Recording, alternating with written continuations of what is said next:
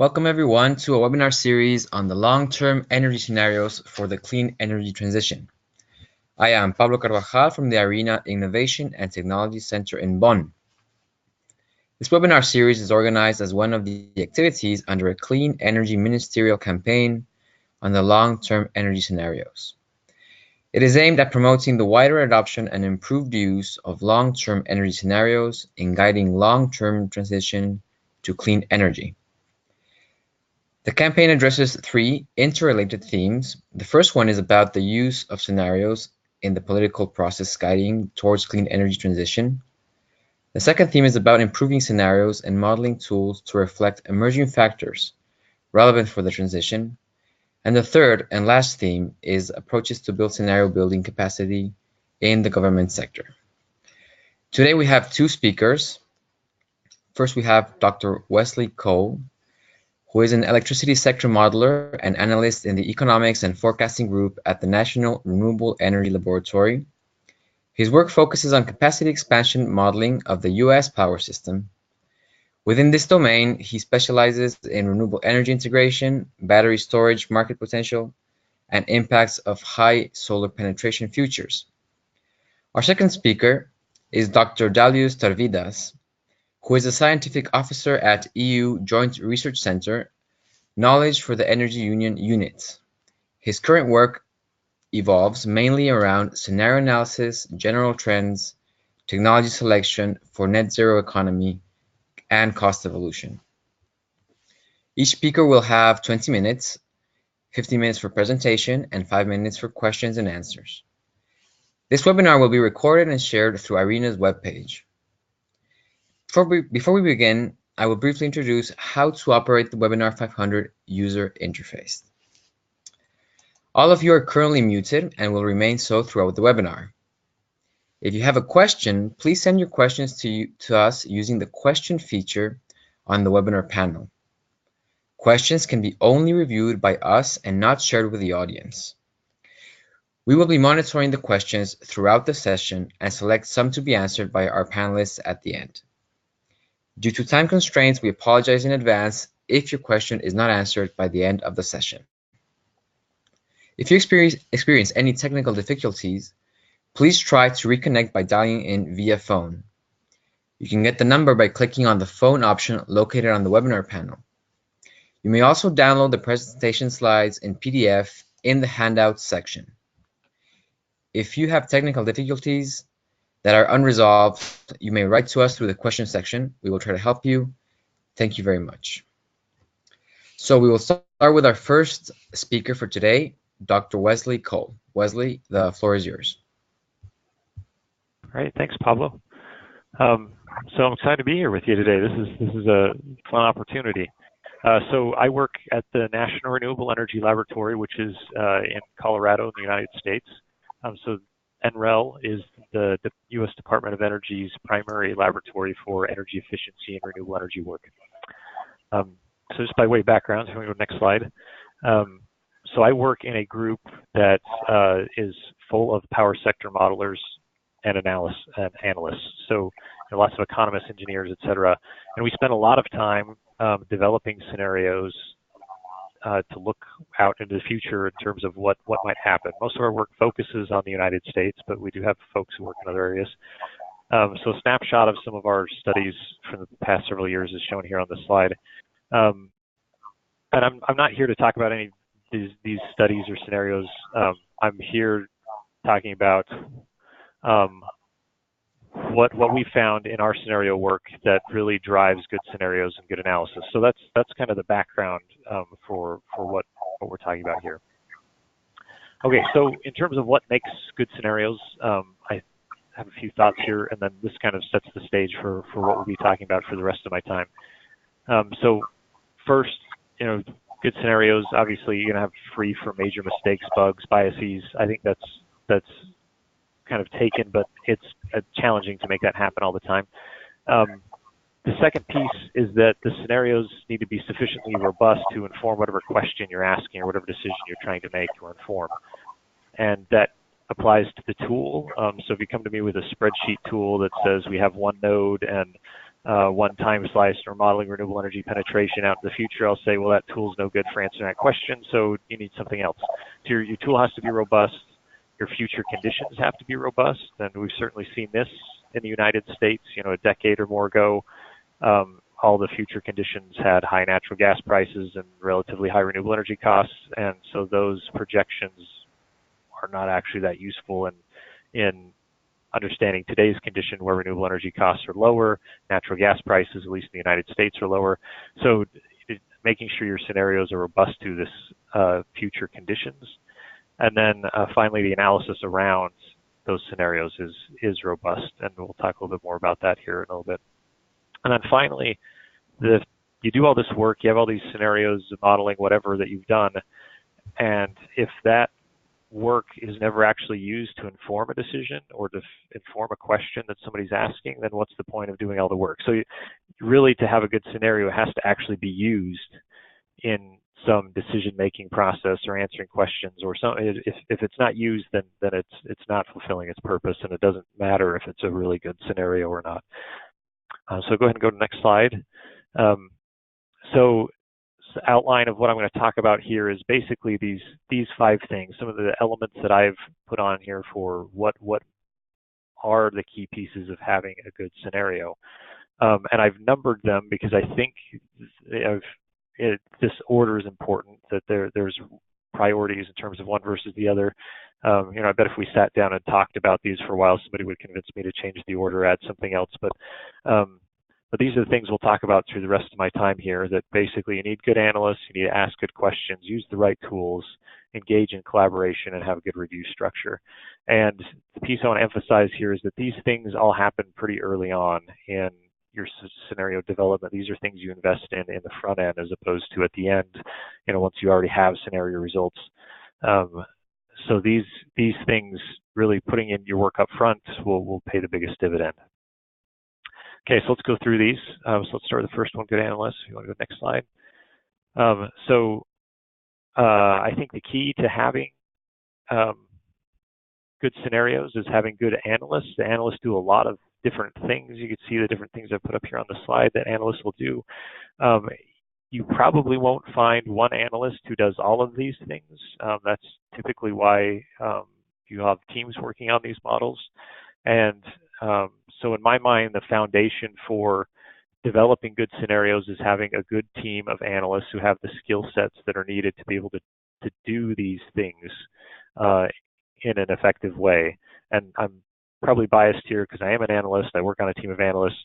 But I do think that having the right people pulled together to help answer the right questions and develop the scenarios is the foundation for having good long-term scenarios to inform the questions at hand.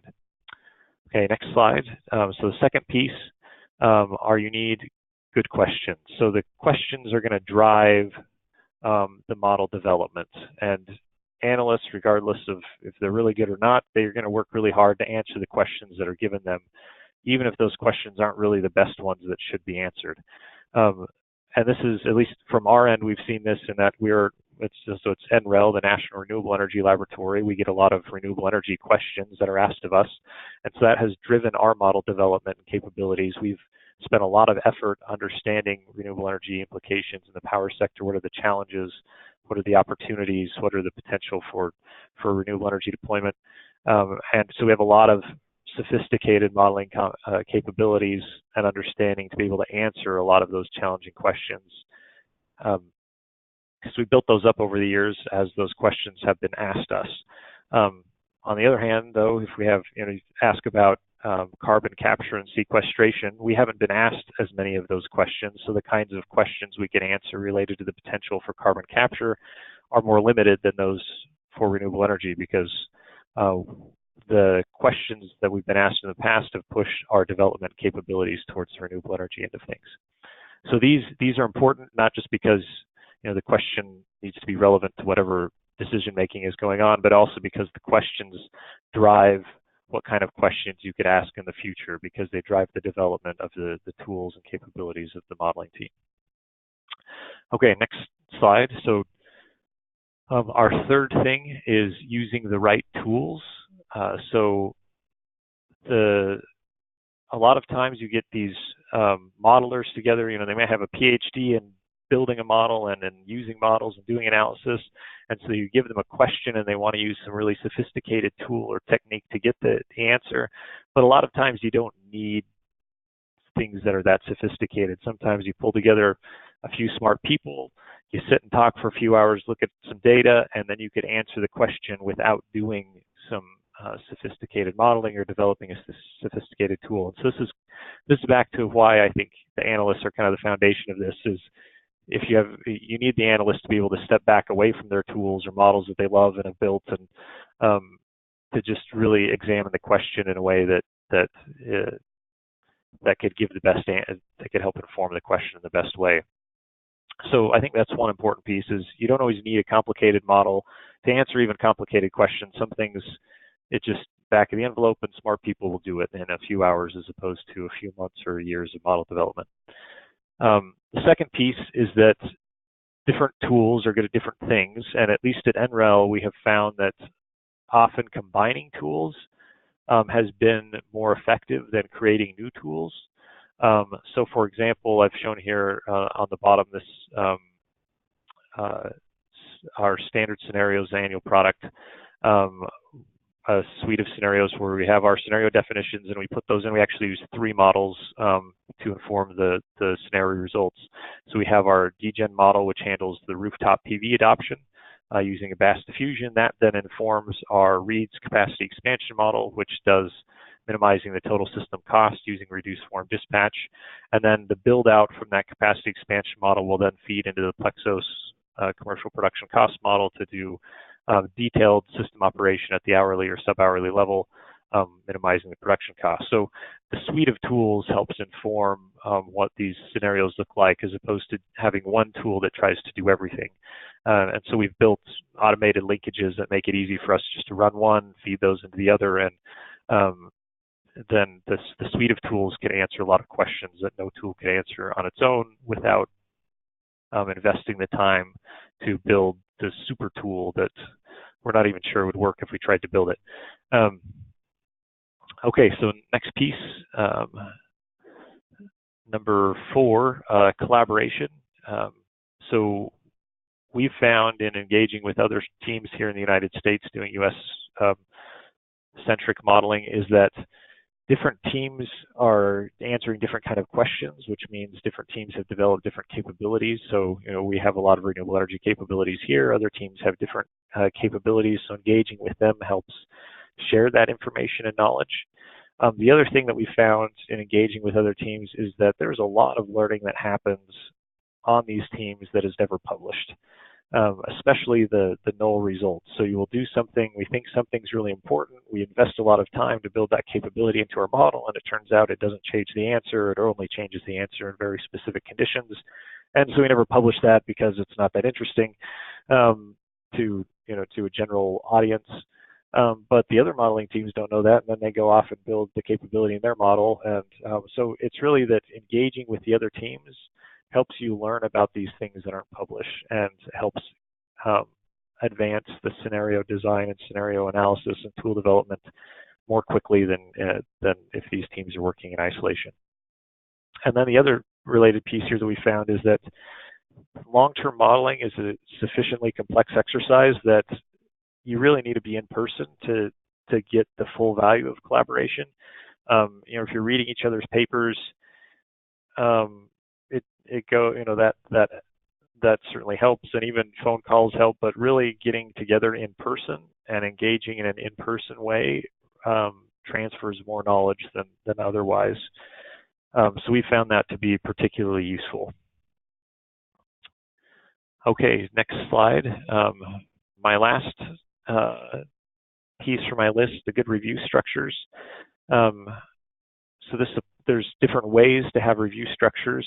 Certainly one is on the code and on versioning. So we've seen this transition as our team has grown, we have more people on it, the model gets more complex. Having model versioning and having a review internally for just, somebody makes a code change and somebody else is reviewing it. These kind of things have become quite important on our team to make sure that our code doesn't have bugs, getting bugs or errors or biases out before they could get into the model. That's helped a lot. And then the other piece that's helped a lot in terms of versioning is once we've implemented versioning, it's made the suite of scenarios we do more effective. So in the past, we'd do a study and it just had its own model version, and then somebody else would do another study and it would have a different model version. Now that we have versioned the models in a consistent way, we now could compare studies to each other more readily because we know exactly what's different between model versions, or they're using the same model version. And because of that, it makes the suite of work more useful instead of kind of one-off studies that are all independent and hard to compare with each other. We now have a suite of studies that now we can look across that suite of studies to understand things in a broader context. So that's added value to our long-term scenario analysis. The second piece we found useful in reviews is when we do reviews and engage with people, we find that usually our results aren't changing as we go through reviews. It's not like somebody finds an error and we go back and fix it. It's more that the way the results are presented to help inform the question, that's what changes. And the way the results are interpreted sometimes changes. And that's been pretty critical in terms of actually informing the questions at hand, making sure that the way we're interpreting and using results and the messaging associated with those results go together. The other piece we found really useful in engaging in review processes are having people challenge assumptions. So a lot of times the modeling is all fine and the results of those modeling make sense, but the assumptions we made along the way may have not even, like we've maybe even forgot that was an assumption. Like we just think that way and we forget that we've made an assumption in the process. Having people challenge those is useful. And then the other thing we found in the review process is that it helps us clarify what the caveats and limitations are, which is pretty critical for decision makers. This only applies in this context is really useful to clarify so that they're not making this, they're not applying the analysis or results or scenarios in a context for which they're not relevant. And then the last piece is that as we've engaged with external stakeholders in the review process, we find that increases the value of the scenarios. Scenario modeling is really complicated, so pulling the people who ask the questions into the review helps them understand what are the caveats and limitations of the scenarios, what's the value of the scenarios, and so those stakeholders then are more informed when using the scenarios. So the more we've been able to include the people who are asking the questions or the people who are making the decisions in the review process, the more valuable those scenarios become because they get an increased understanding of the scenarios and how they work, and we get increased understanding of what their questions are. So that's kind of, it goes back to that number 4 of collaboration, but it helps pull everything together. Okay, next slide. So just summary here is basically that energy system decisions are really hard. So the people making decisions in this space, these are not easy decisions. And then developing useful scenarios that inform those decisions is also really hard. So the decisions are hard. Informing those decisions is really hard.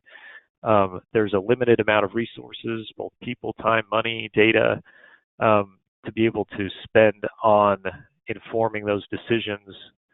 And so at least what we've found is that these things that I've been talking about, these tend to happen earlier on in the process. Investing in those things earlier on, in my mind, has the highest potential for return. So, everything from asking good questions and having good analysts using the right tools and engaging with people in effective ways, the more we do those things up front, the more value there is over the long term. So go to the next slide. So that's summary of what I had. I only had 15 minutes. There's so many things we could talk about here. This stuff's really cool. It's just, I really enjoy this space, thinking about how the system might change in this is such a complicated system. Energy systems are really complicated. Understanding them and informing decisions is really helpful and really effective. Or it's really an exciting space to be in. So happy to engage more either through this Q&A or welcome to follow up with me separately afterwards. So That's what I've got. Turn back over to you, Pablo. Wesley, thank you very much for a brilliant presentation. I think you have managed to summarize in a very nice and concise way the key challenges and aspects for using scenarios and improving them, and good practices with scenarios. We have some questions for you, if that's fine. We have 4 questions. They're quite complex, but let's start. So I'm going to give the 4 questions to you, and then you can just answer along the way. So the first question is, what are the limitations that you see with existing modeling tools in representing the clean energy transition? That's the first question. The second question is, in assessing robust future conditions, how do you incorporate disruptive innovations? The third question is, what is the experience in the USA with the use of scenarios for policymaking? Are there institutional frameworks set up? How are the energy policies defined, and what are the roles of scenario work? It's a very long one. And the fourth one is, what specific approaches do you use to constrain uncertainty in scenario building and in models? So that's quite a bunch for you, Wesley, but I hope you can, I'm sure you will manage. Yeah, I guess what I could spend a lot of time answering these questions, Pablo. How much time do you want me to take? Just be concise. I think we can you can do like a bullet point, really type of answer. Okay. So first question on the limits of existing tools. So yes, there are a lot of limits to existing tools out there. They vary by tool.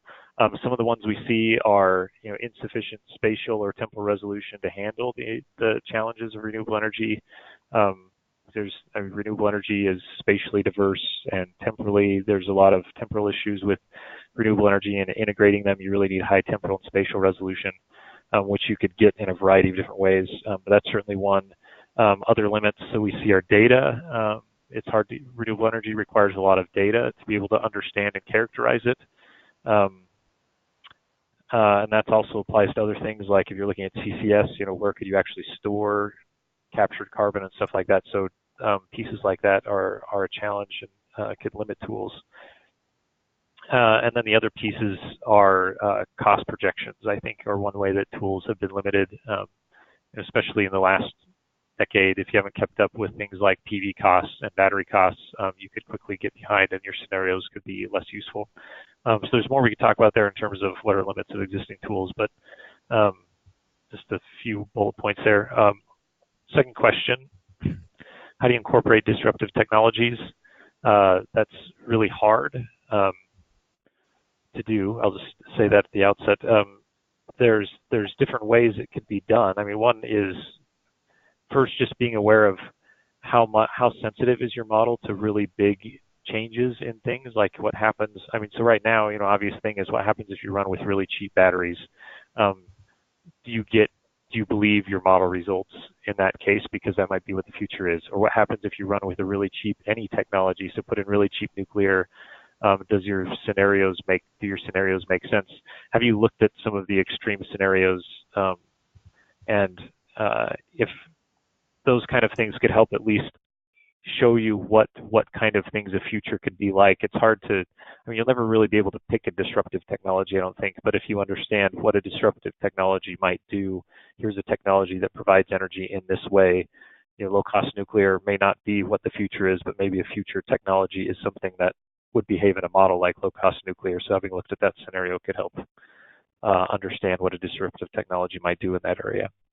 So I think there's things that could be done there, but it is challenging. So third question was about scenarios in the U.S. to inform policymaking. I would say there's no official system. There's not like, here is the Center for Informing Policymaking in Scenario Design, or something like that. That kind of thing does not exist. I would say that people certainly look at scenarios as they do policy work. They'll look at a lot. If you followed any of back in 2015, there was the Clean Power Plan stuff that happened, and that there was a whole bunch of modeling across so many different organizations, with people publishing things on what are the implications of these rules, and if they change the rules in this way, how would that impact things? So there was a flurry of modeling from everywhere, and just a lot of activity. And I think that's really how, in a lot of ways, that's how some of the policy making is informed. Policymakers choose what to use when they're making their decisions, but there was a whole host of activity that went into informing that from so many different actors. And I think that's kind of what happens, is there's not an official system. I wouldn't say it's quite a free-for-all, but there is a lot of, people are welcome to contribute in whatever ways they want, and then policymakers could pull from that body of work to help inform their decision making. And then last piece, the approaches for uncertainty in long-term modeling. There's obviously complex ways, doing stochastic modeling and other approaches there that could be pretty insightful. We've found that the most effective way for us to deal with uncertainty is through scenario analysis and scenario design. In part because we found that to be one of the clearest ways to communicate results. We find that once if we throw up a probability distribution, it's really hard for a lot of people to use that to actually inform decisions. But when we start talking about here's a low and a mid and a high scenario, people could internalize that. And so we've found scenarios that choosing appropriate scenarios and appropriate sensitivities for those scenarios as one of the most effective ways to engage with stakeholders in terms of uncertainty, even though it's it's not nearly as complex or necessarily robust as some of the more sophisticated methods out there. So there's go back to you here, Pablo. Yes, thank you very much, Wesley. We had two very nice questions that just came in, very interesting. I'm wondering if you could give us a chance to ask you these questions. The first one is, you mentioned about the validation methodologies, or the validation you do with scenarios and models. So question is, what possible validation methodologies are there for models and scenario building? That's the first one. And the second one is, you also mentioned that it's better to link or to use a suite of models instead of creating a brand new model from scratch. So the question is, does using different tools increase the error margin of the model? How do you detect the errors and decrease it? I assume this question is related to the chain of errors and uncertainties that accumulate when you have linked models. Can you comment on these two questions? Yeah, and I would say they're semi-related. So in terms of validation, we have done a variety of things to validate. So I mean, there's different ways to validate. One is, is the model behaving as we expect it would? So that's kind of more validation against analysts' expectation. So if you run a low-cost PV scenario, are you getting high amounts of PV at the levels you think you would, given the cost you put in? Then we've also done some kind of backcasting exercises where our models, we'll start them in 2010 and run them through current day and look at how the models perform relative to what actually happened. There's a lot of challenges and caveats if you go down that route. Certainly syncing up data is really challenging, and so anyway, there's challenges with that, but we found some useful outcomes from doing that kind of thing. And then the other kind of validation we've done is in this model linking space. So we have a long-term capacity expansion model that has a reduced form dispatch. We could take that model and its build out, put it into an hourly production cost model, and then we could compare the reduced form dispatch from the capacity expansion model against the hourly dispatch from the production cost model, and understand how they're different, and understand how the impact of something like unit commitment constraints or the day ahead real-time scheduling, those kind of things, how those relate back to the reduced form dispatch and the capacity expansion model and the investment decisions that are going on there. So there's a lot of different aspects of validation, and we've seen value in approaching different ones.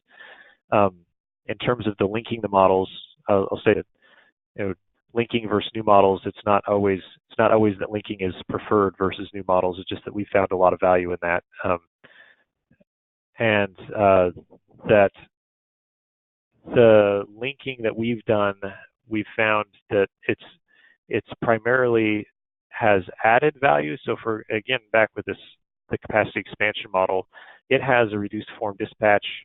We know it's not doing, or like it has a lot of uncertainty in the dispatch because it can't see all the time. It doesn't get the full, 8760. It's not chronological. So it's missing some elements that would exist in a full hourly or sub-hourly production cost. And so we feel like we've added value by linking those together, and certainly there's uncertainty from one to the other, but now we have a tool for understanding where that uncertainty is and how big it is, where before, when we were just using one model by itself, we didn't even have a way to understand it. So yeah, certainly, you could have errors from one model propagating to the next, but at least now we have a way to understand what those are. So I feel like there's the value in having these link tools that could do more than either tool could do by itself is far more valuable than things like errors from one getting into another and cascading down the road.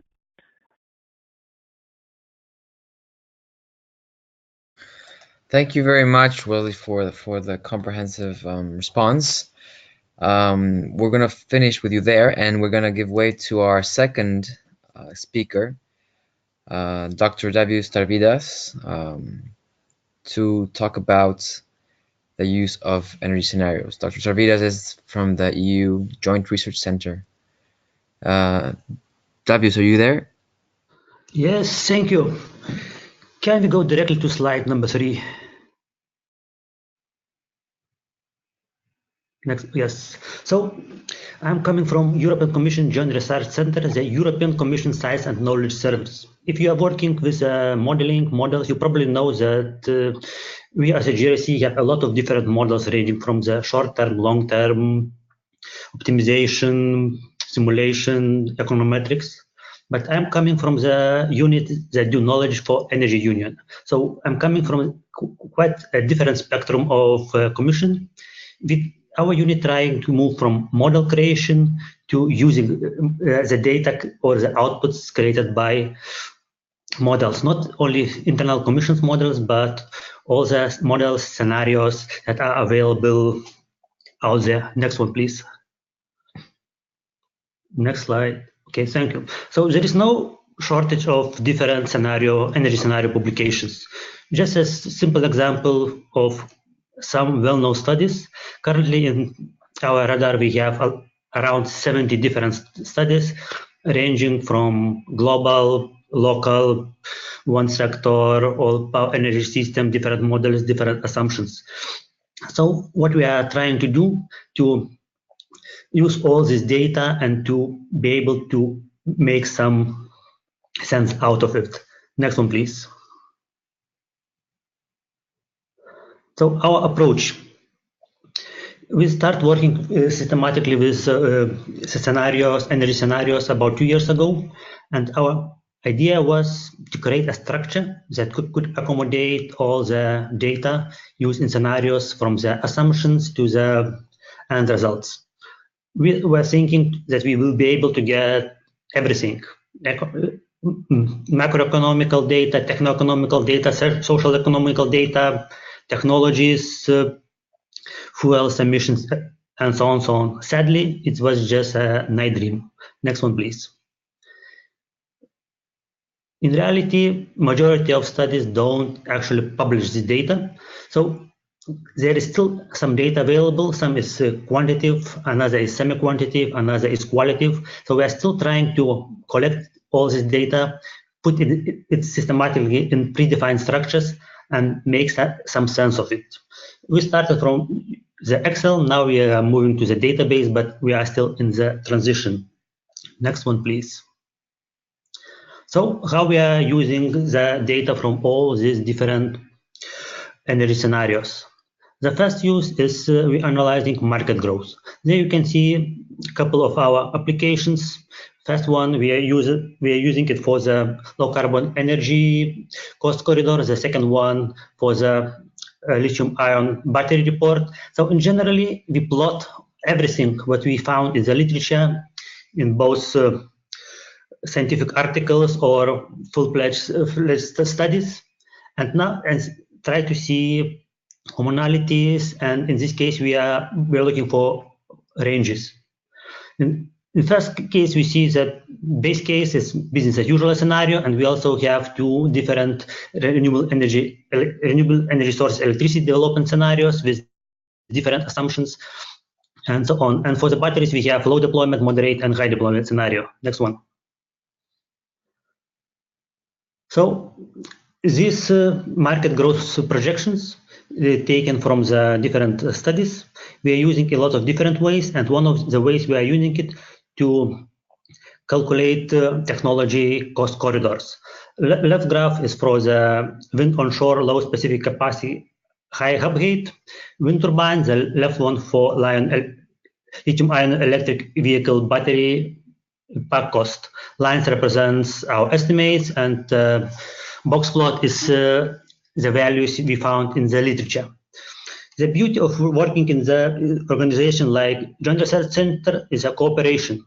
So for wind turbine cost projections at the sub-technology level, our colleagues, together with help of external consultants, also created data set with capacity factors and availability or land availability or actually potentials. So now we have, for the same technology, the cost projections and also the capacity factors and availability per country level. So I think it's very useful information that could be utilized by any modeler working for the European Union. Next one, please.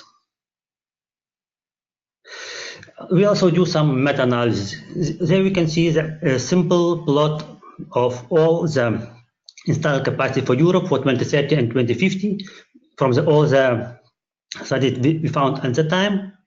It's just simple literature review, but from there we can see the basic ranges, trends, and this graph was used in several discussions with the policy DGs, also with technology experts. So this way we systemizing the data available and presenting it in simple and easy digestible form. Next one, please. Another example of meta-analysis, we wanted to look at the shares between wind generation and solar generation of electricity. It's a global 2050. So as expected, there is a trend that we can see if we have more renewable electricity, so it's increasing both wind and solar. But also we have some outliers that we can dive into it to understand what's happening, why this study predict or foresee such high penetration, for example, solar or on wind. So it's just a first step into deeper analysis. It's an easier way to look at the data. Next one, please. We also do a lot of other different analysis. For example, we do benchmarking or comparison of studies. One example I can talk about was REMA for EU. We did some in-depth analysis, and some of our insights ended up in one of the annexes. We also support our colleagues that actually do modeling. We are supporting with some data for scenario design, cost data, some projections and assumptions. We also contribute to the debates. In the right side, you see our preparation to upcoming debate for Europe's long-term strategy and net zero trajectories. So in this case, we plotted everything that we found in the literature on the towards 1.5 C emission trajectories for Europe. And we are looking at the scenarios, what's happening and what could be the possible futures. There you can see that one of the problems we have this kind of analysis is very different starting points. It is because some studies look at the Europe, and other studies look at the Europe OECD, other look at the EU, and also IPCC, they are looking at OECD plus Europe. So different starting points, but still we have the trends. We can now analyze what's happening and why it's happening.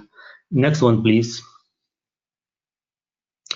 So our outputs. From the data sets we collect, analyze, we publish reports. In this case, 2 examples from the last year: cost development of low carbon energy technologies and lion batteries for mobility and stationary storage applications. We also publish some fact sheets, and we contribute to the infographics designed for broader audience, not only for decision makers and the scientists.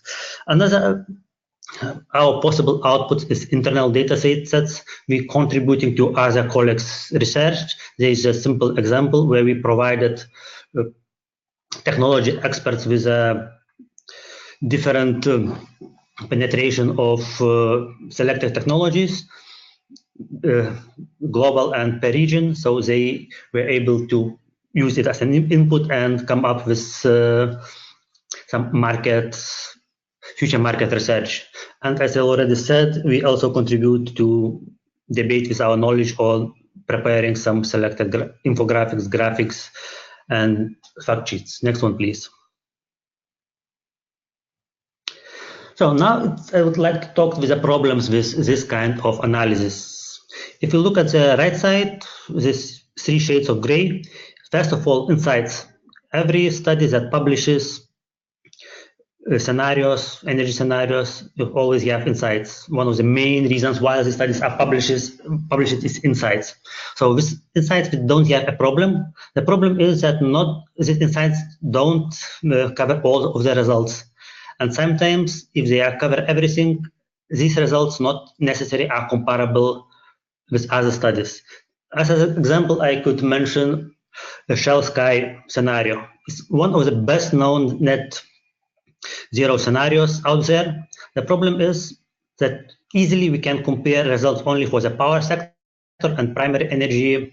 But if you want to drive more into the other sectors like the transport, the results are much more difficult to compare because they're using very specific sets of indicators that are not used anywhere else.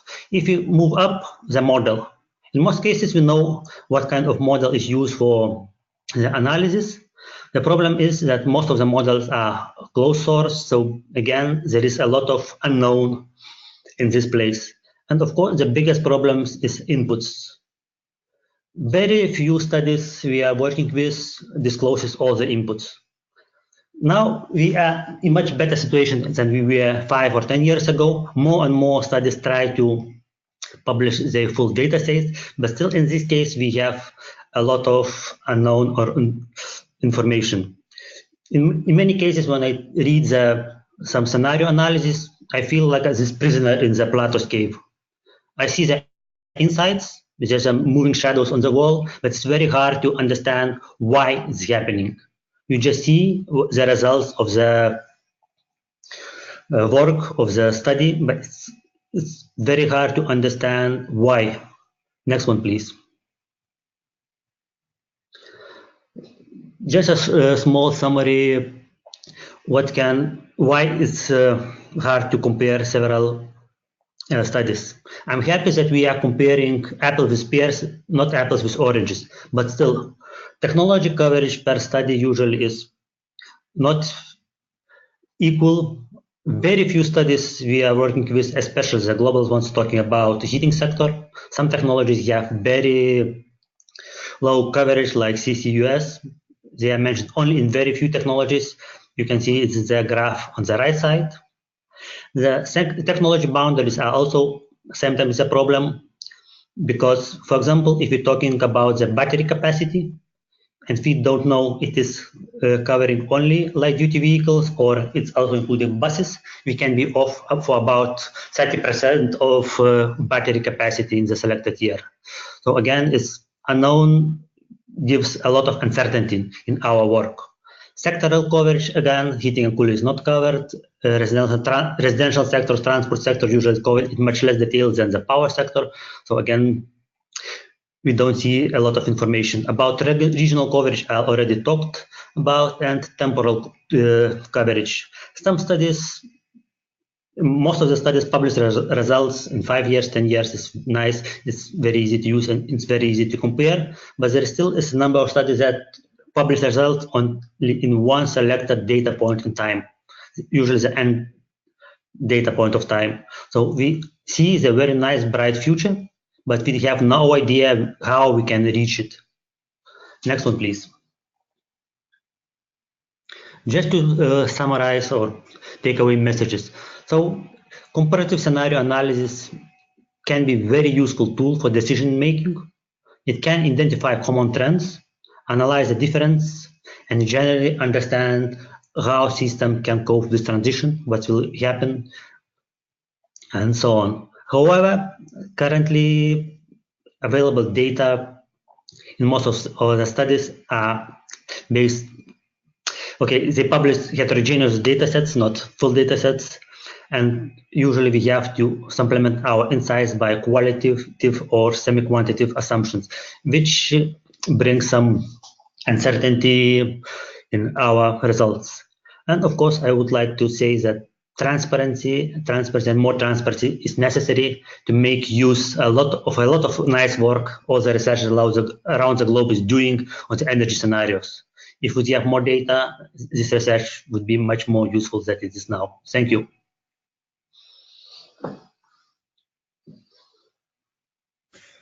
Dalius, thank you very much for your presentation. Similarly, we have a couple of questions that we would like to pass on to you from our audience. The first question is, since climate change affects total energy demand and consumption behavior, do you consider the climate change impacts on the energy demand in your model scenarios? Do you link climate modeling to energy modeling, especially for long-term modeling scenarios? That's the first question. The second question is, does the European Commission, or JRC, have any guidelines on model use and/or scenario design? For example, an official or unofficial standard on what should be included? Let's start with those two questions, Dalius, if you can give us. Okay, the first one, life change and demand. Actually, we don't do as our unit any scenario analysis. Okay, we do some scenario analysis, but not long term and so on. We mainly focus on analyzing other people's work.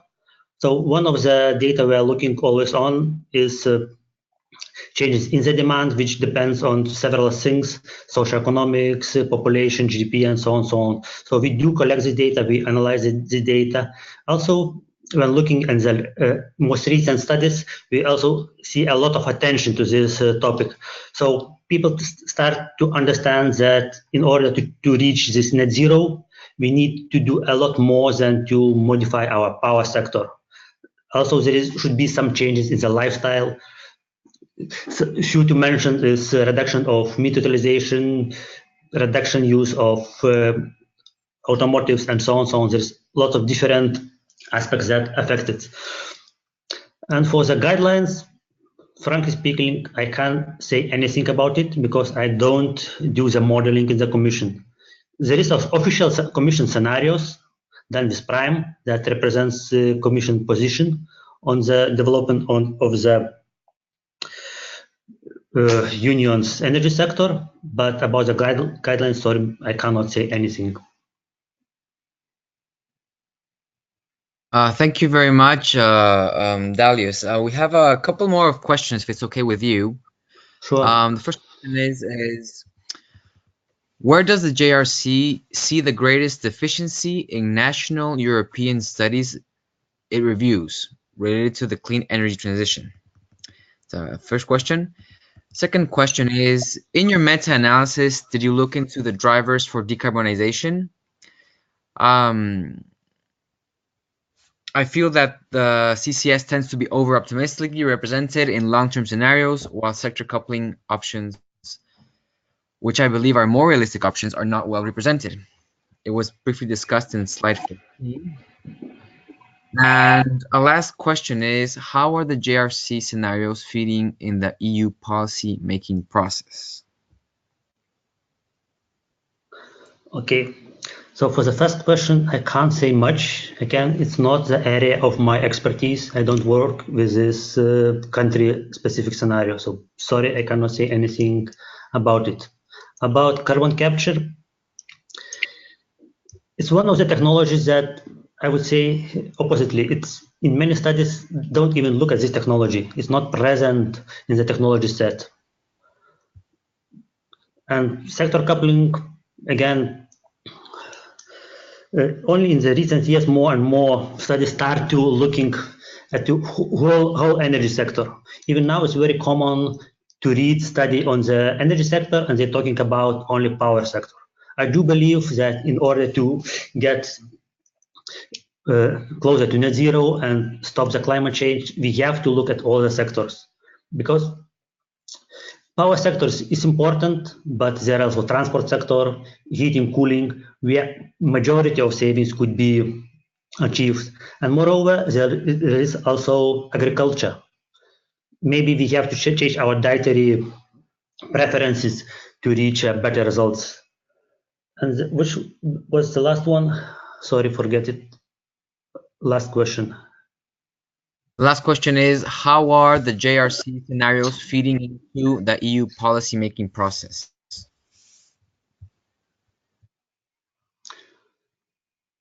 Again, it's not really my area of expertise. I don't work actively with creating scenarios. But there is official scenarios done in primes. It's not run by GRC. Also, GRC developing number of models that contribute to the discussion of the policies, look at the policies effect and so on. But again, I'm not an expert of this area. Sorry about it.